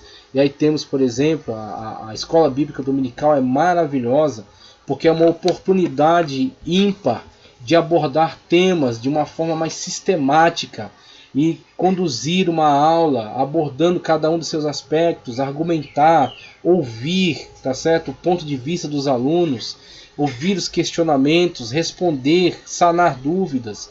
É uma oportunidade ímpar, uma oportunidade maravilhosa. Mas isso não precisa ficar limitado só à escola bíblica dominical. Você tem reunião de grupos, você tem os cultos, você tem o culto de doutrina, você tem o culto público de domingo, onde algumas coisas podem ser abordadas também. Então a igreja precisa estar atenta a isso para se posicionar e para preparar os membros para que estejam vivendo uma fé sadia. Quando ele fala de pós-modernidade, do que estamos falando? Estamos falando que saímos do que chamava-se modernidade. Tá? Então na modernidade havia uma afirmação científica cada vez mais, vamos dizer assim, mais forte, né? Havia uma afirmação científica, as ciências estavam então estabelecendo a sua forma de teoria, né? A sua forma de verdade. Então as ciências da biologia, tá? Da filosofia, da psicologia, que saiu dentro da filosofia, tá? Então as ciências, a física, então, conforme eles foram obtendo mais meios de verificação, foram avançando e produzindo mais conhecimento, houve também uma afirmação. Agora, o que eu destaco em relação a isso? A busca pela verdade. Então você tinha cada vez mais uma busca por estabelecer como chegar à verdade, como investigar a natureza, investigar as ideias e chegar à verdade. Então esse é o período que podemos chamar de modernidade. Quando saímos aí da Idade Média, adentramos ao iluminismo, tá? Dentro desse iluminismo, uma busca pela verdade. O que é a pós-modernidade? É quando não estamos mais interessados tanto no sentido da afirmação do que é a verdade, mas estamos mais interessados na afirmação daquilo que é, para mim, a verdade. Então há agora uma relativização da verdade, tá? Inclusive com... deixa eu ver se eu vou me lembrar aqui dos personagens. Eu sei que Derrida é interessante porque ele faz bastante uma espécie de uma desconstrução, tá? Então ele promove que a pessoa desconstrua aquilo que foi produzido textualmente anteriormente, ele faça uma leitura a partir do seu próprio ponto de vista. E eu posso citar também Jean-Paul Sartre, tá certo? Com o existencialismo. Então você agora não tem tanto uma busca por uma verdade fixa, mas você tem agora muito mais uma relativização dessa verdade, com o que é verdade para mim não necessariamente é verdade para você. Então com essa relativização você tem agora uma abertura para a entrada cada vez mais forte de esoterismo, tá? De cultos orientais, de filosofias orientais, tá? Então com esta mescla, com essa abertura para essas novas formas de verdade, essas novas formas de pensamento, você tem agora a constituição daquilo que podemos chamar de pós-modernidade. Então essa pós-modernidade ela é muito mais relativista e ela é muito mais aberta para essas diversas possibilidades. E aí dentro disso a gente hoje interage com uma gama de possibilidades muito maior. Então tudo bem que ameniza um pouco daquela rigidez, daquela busca pela verdade que a gente viu há certo tempo atrás, mas por outro lado, assim, abre um leque de possibilidades absurdas para loucuras, para pensamentos absurdos, para pensamentos incoerentes e que estão presentes e que são validados e que são possíveis na atualidade, nesse mundo pós-moderno, nesse mundo relativizado, tá? Então por isso que você tem hoje uma entrada muito forte de principalmente pensamento oriental, né, que você vê hoje muito presente na nossa sociedade, tá? Então isso aí você tem chamado mundo pós-moderno. Por isso a igreja precisa firmar suas estacas sobre a verdade para que não venha a se tornar mais um centro religioso. Tem como objetivo fazer com que as pessoas se sintam bem. Aí é sempre essa justificativa, né? Inclusive uma coisa que ele cita aqui é fácil na era da pós-modernidade, ele cita, né, a questão do narcisismo, ó, e entre outras características que destacam o narcisismo, o hedonismo e o consumismo. Exatamente, o narcisismo, Narciso, né, aquela lenda de Narciso que olha pelo espelho d'água e morre afogado de tanto amor, paixão que ele tinha pela sua própria imagem. Então esse amor excessivo por si mesmo, né? O hedonismo, que é a busca do prazer, então o prazer acima de todas as coisas, né? Então o prazer é o motivo de todas as coisas, é o fim delas, tá? E o consumismo, então você tem essa situação também de que as pessoas elas estão buscando por aquilo que lhes proporcione prazer imediato, tá? Então a religião meio que vira um produto. A pessoa ela vai, participa lá de algo que venha do Oriente, aqueles centros holísticos, né? Então você tem, por exemplo, esqueci agora que a pessoa espeta um monte de coisa nela mesma, mas me esqueci. A pessoa vai para um centro holístico, participa disso aí ela vai numa missa, mas também vai num culto, na pentecostal, aí daqui a pouco ela consulta o horóscopo, e assim, vira uma salada, vira uma miscelânea de coisas. Por quê? Porque tudo é produto. Então ela busca o quê? Aquilo que lhe traga mais prazer, aquilo que lhe traga mais satisfação, aquilo que narcisisticamente diga que ela é a coisa mais maravilhosa do mundo. Você tem, por exemplo, a chamada teologia do coach, que diz que você é o ponto fraco de Deus. E aí? Você olha para um negócio desse e fala, muito bem, então você é a última bolacha do pacote, é isso que está querendo dizer. Você é Coca-Cola no meio do deserto. Então quer dizer, a pessoa ela ganha uma importância tão grande, o indivíduo ganha uma importância tão grande que todo mundo existe para servi-lo, tá? O universo existe para te servir. Esse é o tipo de loucura que as pessoas adotam hoje, tá certo? Então aí você entra por essa questão pós-moderna, relativizada, tá certo? E essa tendência narcisista, hedonista e consumista, que fazem das diversos tipos de religiões presentes no mercado meros produtos. E a pessoa vai consumindo esses produtos conforme o seu interesse. E aí você ouve no rádio, por exemplo, o cara dizendo, a sua igreja funciona? E o que entendemos como igreja que funciona? Uma igreja onde você entrou com dívida, você dá lá um dinheiro, participa de uma campanha e vira milionário. Uma igreja onde você entra cheio de pereba, você participa lá de um sal grosso, uma rosa ungida, qualquer coisa lá, pedra ungida, vassoura de fogo e tudo mais, e você é curado. Uma igreja onde você entra solteiro e você sai casado. Esse tipo de coisa. É um comércio. É uma barganha. Tá? Então as pessoas estão barganhando por meio desses diversos movimentos presentes no mundo da atualidade. A frase que eu queria encontrar é essa aqui, ó, página 22. Se você se sente bem, faça. Eu olho para essa frase, que inteligentemente o autor coloca aqui, como uma crítica, né? Se você se sente bem, faça. E eu lembro de uma frase de um ocultista, tá certo? Muito conhecido hoje, que ele diz: faz o que tu queres, isso é tudo da lei. Isso está presente, se eu não me engano, na Bíblia Satânica de Anton LaVey. Tá? Então, faz o que tu queres, isso é tudo da lei. É o tipo de filosofia que é abraçada hoje, que é difundida hoje, que é alimentada por meio desse pensamento da atualidade. E isso está em contraste com o Evangelho. Paulo disse: não apresente seu corpo, seus membros, como um veículo do pecado.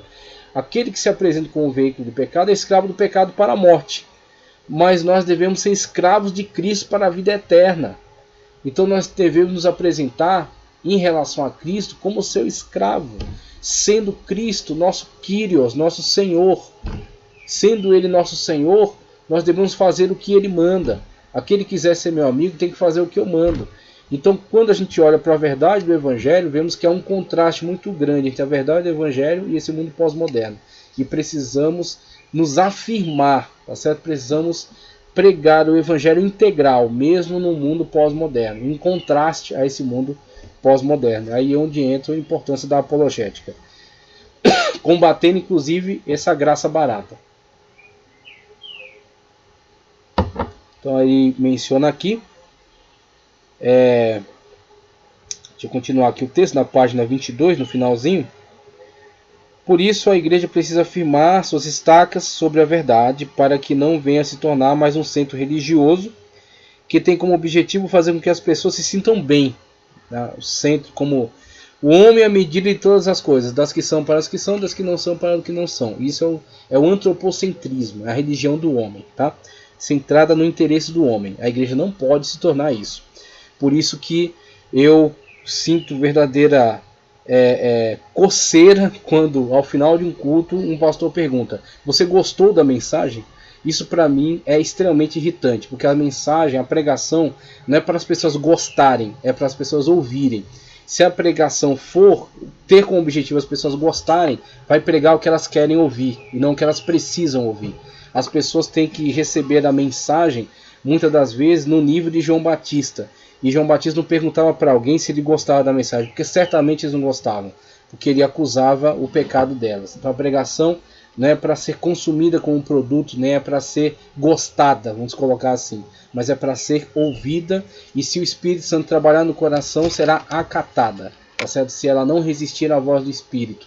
Mesmo uma pregação dura, que venha como uma pesada exortação, ela será recebida e ela poderá ser limpa, porque Cristo disse: vós já estáis limpos pela palavra que vos tenho falado, ok? Então não se deve perguntar se a pessoa gostou de uma pregação. A pregação não deve ser fruto de esse tipo de análise. Enquanto recebem uma mensagem anestésica e pluralista, tá? Uma mensagem ambígua para não atacar ninguém, para não contrariar ninguém, e anestésica, que maqueia as coisas e a pessoa se sinta bem, somente. É aquilo que chamamos de massagear o ego, né? Essas seitas oferecem grandes perigos, tanto para as igrejas como para as pessoas. Qual é o perigo nisso aí? Se você chega para uma pessoa que tem câncer, em vez de você alertá-la quanto a esse câncer e conduzi-la a um tratamento que, mesmo trazendo graves consequências, queda de cabelo, fraqueza e todos os demais problemas que acarretam um tratamento pesado contra o câncer, tá certo? Com todo aquele processo químico, você simplesmente dá medicamentos para combater a dor que ela sente. E você vai dando aqueles anestésicos, tá? Até chegar na morfina, onde ela não sente as dores, mas o câncer está lá. Então o câncer está se proliferando, está tomando as células, está tomando órgãos. Daqui a pouco ela vai ter uma falência geral e ela vai morrer diante de você, anestesiada. Você, em vez de dar remédio, para a cura, que mesmo trazendo outras consequências, outras dores, trazendo mais dor até, você está simplesmente anestesiando, está massageando o ego, dizendo que ela é a coisa mais linda do mundo, a coisa mais maravilhosa do mundo, sendo que ela é uma pecadora que está indo para o inferno. Então essa é a questão, tá? Conhecendo algumas seitas e heresias, a gente vai dar um passeio agora por algumas dessas manifestações aqui, algumas dessas seitas, tá? O cristianismo é uma religião que, por sua natureza, exclui quaisquer outros credos como verdadeiros, a não ser ele mesmo. Por isso, ele entra em choque com as demais religiões existentes, que são, sem exceção, produtos de ideias de homens que, na ânsia de sua procura pelo sagrado, por Deus, alienam-se nas suas próprias imaginações, resultado da desaprovação total da qual está sujeita a humanidade sem Deus. Enquanto as demais religiões representam vários intercessores, deuses e vários caminhos que levam a tais deidades, o cristianismo, por sua vez, apresenta um só mediador e um só caminho que leva exclusivamente ao único Deus verdadeiro, como deixaram bem claro o Senhor Jesus e Paulo. Muito bem. Quando ele apresenta essa questão, a gente olha para isso aqui e existe sim alguns problemas em relação a isso, tá? Então, algumas pessoas vão contrapor algumas questões bem complicadas em relação a isso, em relação a essa verdade. O cristianismo se apresenta como a única religião verdadeira, a única revelação verdadeira, se contrapondo a todas as demais. Muito bem. E aí, quando você olha para essa situação, alguém pode contrapor. Como pode ser o cristianismo ser a única religião verdadeira? Tá certo? E aí você está diante de uma situação na qual, mesmo você apresentando algo que seja desconfortável, algo que seja complicado, tá certo? Até para você expor, se você não expor, você está traindo a verdade. Então, você está em contato com uma verdade, você conhece um fato. Inclusive, eu queria mostrar aqui para vocês, aqui não está perto de mim, um livro de um grande filósofo da nossa época, que é também um grande apologista, chamado Alvin Plantinga, tá? Então Alvin Plantinga lida com essa questão, essa problemática, essa polêmica, tá? Em relação à apresentação da verdade pelo cristianismo. Mas ele fala, olha, existem situações em que você é a única testemunha ocular de um fato. Então, ninguém mais presenciou aquele fato, só você presenciou. Você é a testemunha ocular daquele fato, um crime, alguma coisa assim. Tá, prove esse fato. Você vai dizer, olha, não tenho como te apresentar provas, porque eu vi, eu contemplei, está dentro da minha memória, tá certo? Eu estou lúcido, eu estava presente, eu vi claramente, à luz do dia. Então eu sou a testemunha ocular, ok? Ah, mas tá, a prova sou eu. A prova é o meu conhecimento acerca dos fatos, acerca da realidade. Então Alvin Plantinga apresenta isso, e isso eu achei muito interessante. Por quê? Porque é a situação que estamos vivenciando em relação à verdade da fé. Então Jesus Cristo, tá certo? Ele se manifestou, ele veio até nós, tá certo? Apresentar a verdade, apresentar acerca de Deus, a verdade acerca do Pai. Como ele disse para Filipe, quem me vê o Pai, tá? Então Jesus Cristo é o fato verdadeiro, é o fato acerca de qual é a revelação do único caminho para Deus, o único caminho para a salvação. Ele é o fato, certo? Então, quando a gente tem um contato com a pessoa bendita do Senhor Jesus Cristo, nós temos um contato com o Salvador. Nós temos um contato com aquele que revelou o próprio Deus, certo? Então nós temos nós somos testemunhas oculares desse fato, dessa realidade. Então nós apresentamos para a pessoa, esta é a verdade, esta é a realidade. Como que você pode ter contato com isso? Acreditando nisso e participando. Porque quando você acredita e você se envolve, Jesus Cristo se manifesta para você. Jesus Cristo se revela para você. Jesus Cristo apresenta para você os mesmos fatos, a mesma verdade, a mesma realidade. Então você tem a situação que você é a testemunha ocular da verdade. E aí quando a pessoa crê em você, ela participa também dessa verdade, ela participa também dessa realidade. Ela passa a ser também testemunha. E aí os apóstolos foram testemunhas oculares, andaram diretamente com Cristo. E eles comunicaram isso para a posteridade, foram passando isso de geração em geração, registraram isso nos evangelhos. E a gente vai participando disso, como Cristo disse, bem-aventurado aqueles que não viram e creram. Então eles foram testemunhas oculares e nós cremos no seu testemunho. E nós cremos não somente por causa de textos. Essa é a questão diferencial do cristianismo. Nós não cremos somente por causa de textos, nós cremos por causa de revelação. Então você teve um contato com o texto, soube acerca de Cristo, mas você vai orar, você vai buscar, você vai se envolver, você vai sentir Jesus Cristo, você vai ter a confirmação dele na sua vida, aí aquilo é um fato também para você, então você também é testemunho ocular, certo? Aí diante desse fato, o que você vai fazer? Não, eu vou dizer que as outras são verdade também para não ofender ninguém. Tá, mas você está sendo sincero com elas? Você está sendo verdadeiro com elas? Você está sendo verdadeiro consigo mesmo?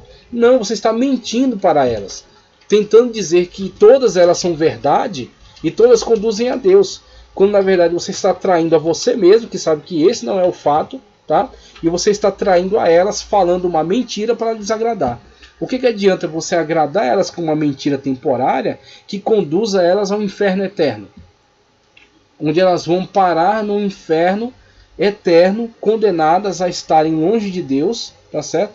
Porque você as agradou com uma mentira temporária, uma mentira anestésica, para se livrar do embate, para não desagradá-las. Adianta você mentir para não desagradá-las e conduzi-las ao inferno eterno, apartadas do Deus verdadeiro?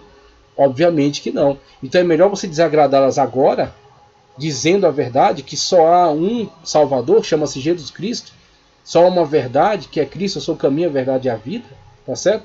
Talvez elas não gostem disso, mas vão refletir acerca disso. E aí não gostem disso, mas vão querer saber, tá, ele é tão chato e falando tanto acerca de Jesus, deixa eu ler acerca dele para eu saber quem é. Lendo acerca de Jesus, pode ter um contato maior com ele. Tendo um contato maior com ele, pode vir a ser salva. Como eu já ouvi testemunhos de muçulmanos que foram salvos através de um contato direto com Jesus Cristo. Leram a Sagrada Escritura, oraram nas suas casas e aceitaram a Jesus dentro de uma comunidade, uma família totalmente islâmica. E viveram secretamente a sua fé, porque se confessassem seriam mortas. Então você tem uma situação dessa na qual a verdade é dura, a verdade ela traz embates, ela traz conflitos, mas é a verdade. Não adianta você dizer outra coisa. Aí eu queria mostrar esse livro aqui, ó. Dom Richardson, Fator Melquisedeque. No Fator Melquisedeque, o que eu achei mais interessante, que ele desenvolve aqui? A verdade acerca de Deus, que é uma verdade que não foi exclusiva, tá certo?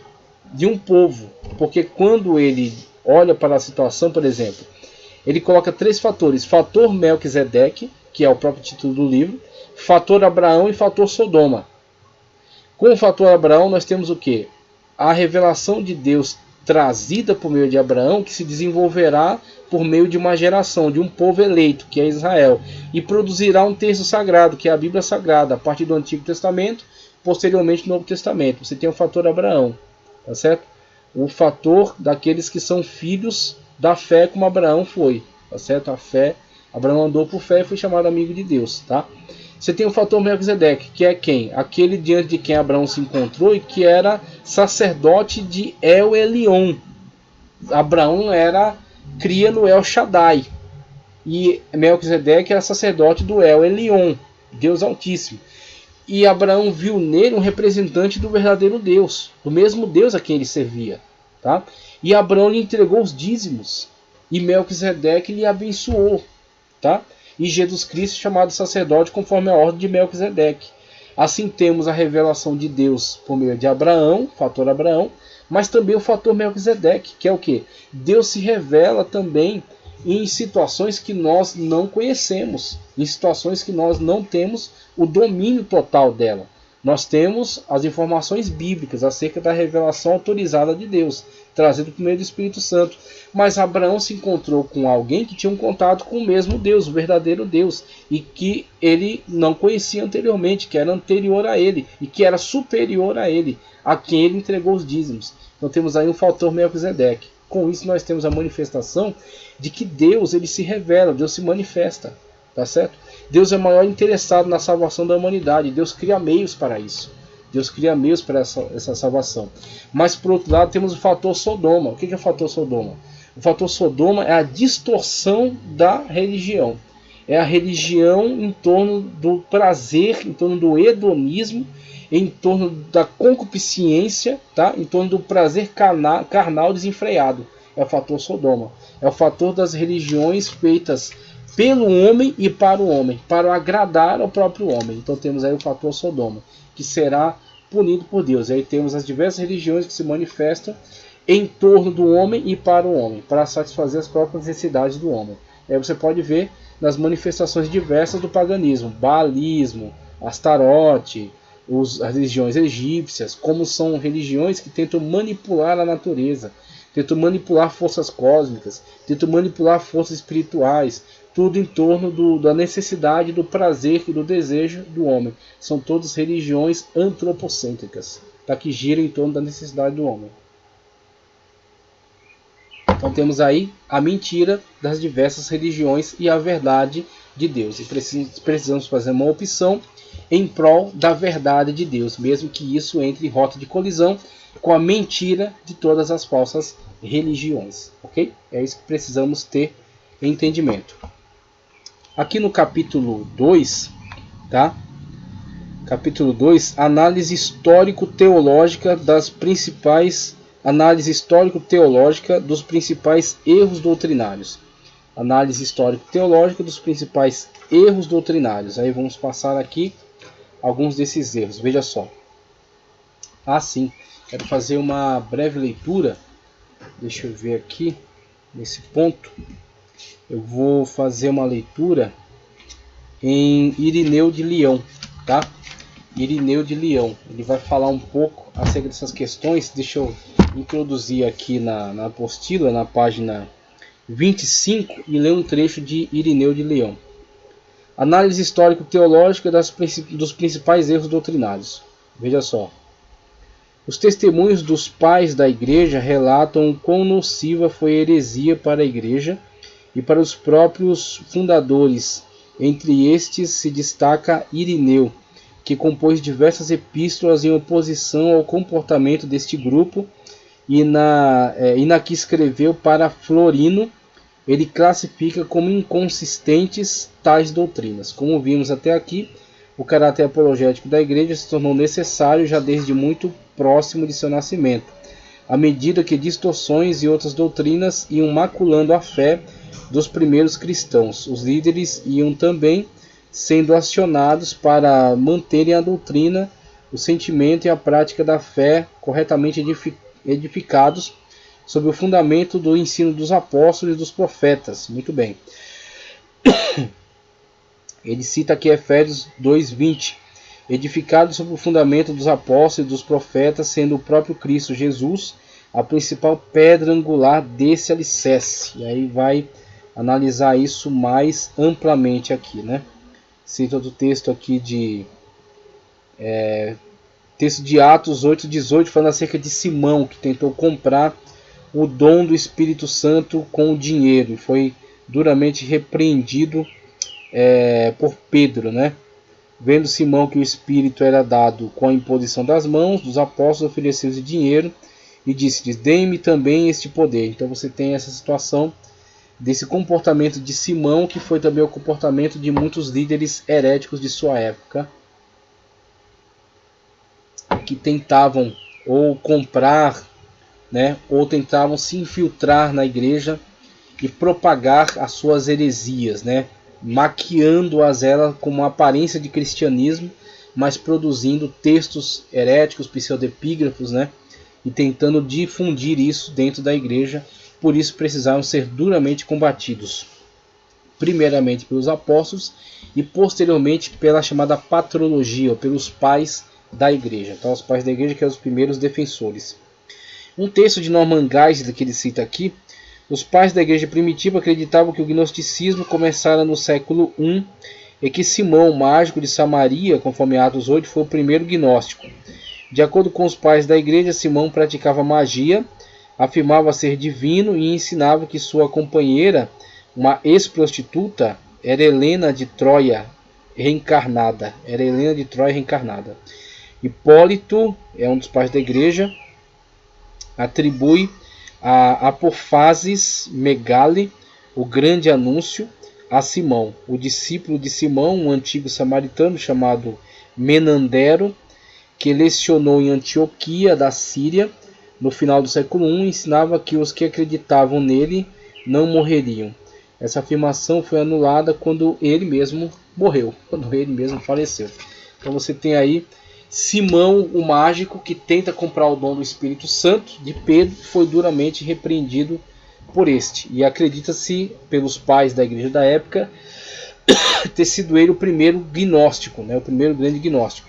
E aí eu posso, inclusive, concordar que ele pode ter sido o primeiro expositor do gnosticismo a tentar trazê-lo para dentro do cristianismo. Mas eu acredito que o gnosticismo ele já havia iniciado e já interagia fundindo filosofia grega e conhecimento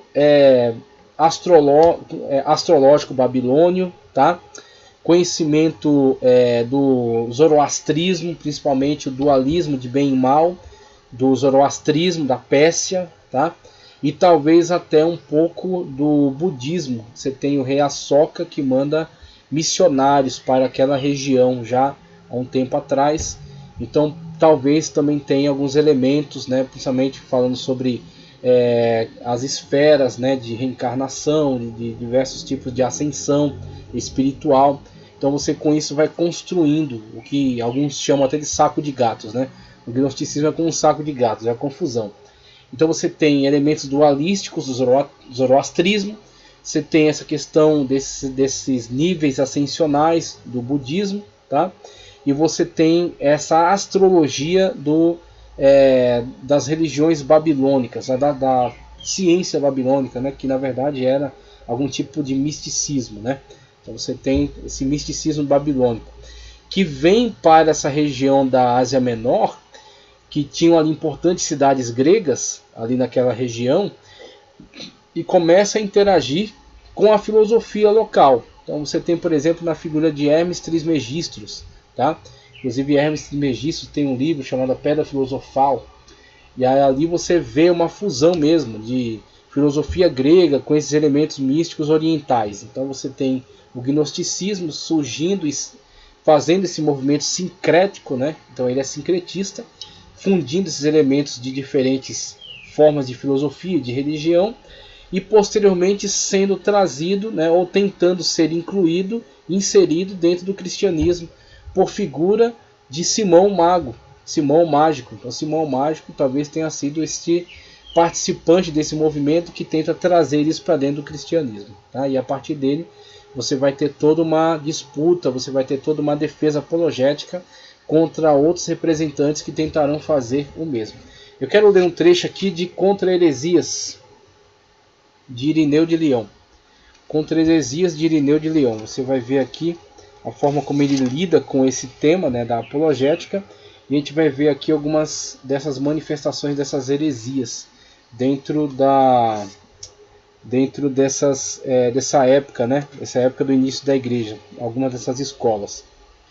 Então, Contra Heresias de Irineu de Lyon, página 29, Sistemas Gnósticos, prefácio, nos diz: alguns, ao rejeitar a verdade, apresentam discursos mentirosos e genealogias sem fim, as quais favorecem mais as discussões do que a construção do edifício de Deus, que se realiza na fé, no dizer do apóstolo, e por astuta aparência de verdade seduzem a mente dos inexpertos e escravizam-nos falsificando as palavras do Senhor, tornando-se maus intérpretes do que foi corretamente expresso.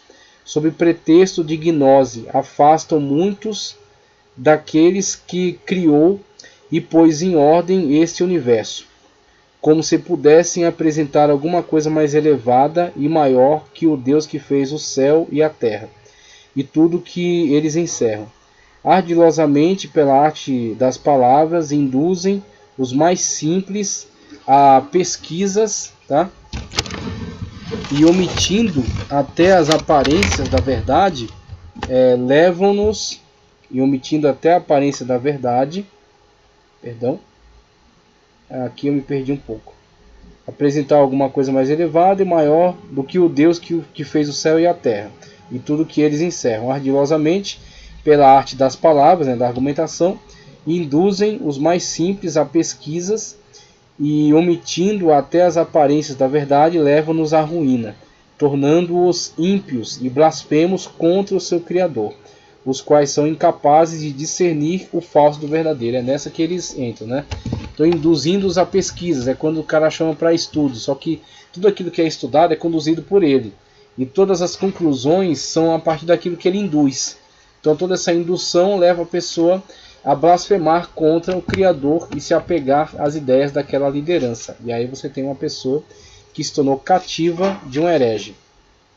O erro, com efeito, não se mostra tal como é para não ficar evidente ao ser descoberto, adornando-se fraudulentamente de plausibilidade, é plausível. Ah, isso aqui é possível. Aí chama aquela teologia especulativa, né? Nossa, mas isso aqui é tão possível, isso aqui é de fato tão plausível. Será que não pode ter acontecido assim, ou dessa maneira, ou desse jeito, conforme aquele livro apócrifo? Conforme o livro de Enoque, e muita gente gosta, ama o livro de Enoque, né? Conforme esse outro livro, pseudepígrafo. E aí essa plausibilidade é apenas uma possibilidade, e essa possibilidade é uma especulação. E aí você, em vez de andar pela luz da Sagrada Escritura, você vai pela penumbra dos falsos doutores, né? Você vai pela penumbra dos hereges, pela penumbra dos textos apócrifos. Ah, porque a igreja excluiu, porque apresentava uma revelação. Tá, e aí em vez de você ficar com aquilo que está conforme a Sagrada Escritura, você vai andar por essas possibilidades, essa plausibilidade. É dentro disso que ele trabalha, dentro dessa ambiguidade que eles trabalham. Apresenta-se diante dos mais ignorantes justamente por esta experiência exterior, e até é ridículo dizê-lo como mais verdadeiro do que a própria verdade, como foi dito acerca disso por alguém superior a nós, uma pedra preciosa, a esmeralda, que tem grande valor aos olhos de muitos, perde o seu valor diante de artística falsificação de vidro, até não se achar alguém conhecedor que a examine e desmascare a fraude. Então ele fala de coisas que parecem preciosas, parecem uma esmeralda, mas que na verdade é vidro, camuflado em pedra preciosa, até que alguém especialista analise e desqualifique aquela fraude, né?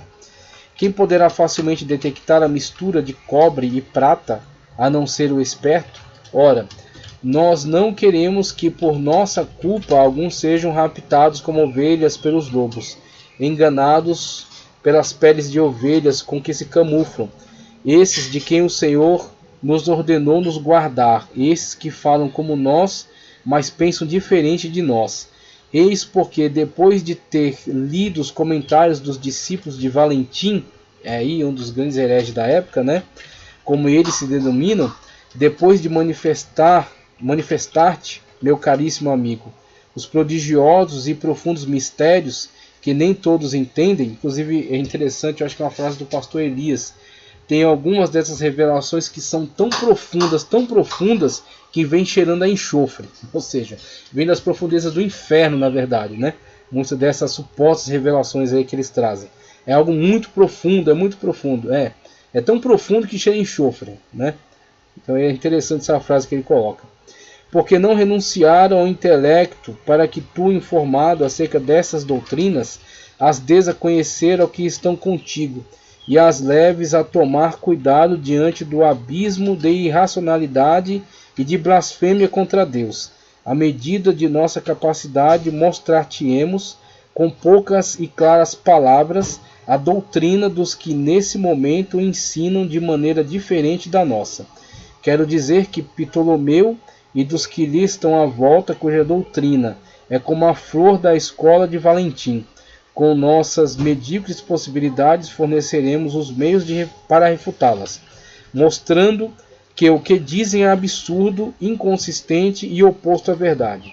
Não acostumados a escrever, não tendo aprendido a arte de falar, mas solicitados pela caridade que nos urge a manifestar a ti e a todos os que estão contigo os ensinamentos deles, que foram conservados secretos e que agora, pela graça de Deus, se tornam manifestos, pois nada há encoberto que não venha a ser descoberto, nem oculto que não venha a ser conhecido. Então ele fala que eles não têm, ele afirma não ter lá toda essa habilidade para a escrita nem para a argumentação, mas pela graça de Cristo ele vai expor aquilo que estava oculto, mas que agora está plenamente revelado e vai ser desmascarado, tá ok? E o que eu vou fazer? A aula já beira as 2 horas, eu vou encerrar essa aula por aqui e a gente vai falar mais detalhadamente acerca de cada uma dessas escolas de heresias da antiguidade, começando pelo gnosticismo na página 27 e indo aí por essas escolas até prosseguir, adentrando aí para o capítulo 3, tá? Então temos aí gnosticismo, arianismo, pelagianismo. Quero falar de forma mais tranquila em relação a cada uma delas, mas para não estender muito mais essa aula, que já beira aí as 2 horas, vou encerrar por aqui. Peço para que vocês, por favor, curtam o vídeo, compartilhem, inscrevam-se no canal. Já estamos em 3.060 inscritos e com a sua participação vamos muito mais longe. Que Deus continue te abençoando em nome do Senhor Jesus. Que possa te fazer um apologista, um defensor da fé que uma vez foi dada aos santos. Muito obrigado, fiquem com Deus.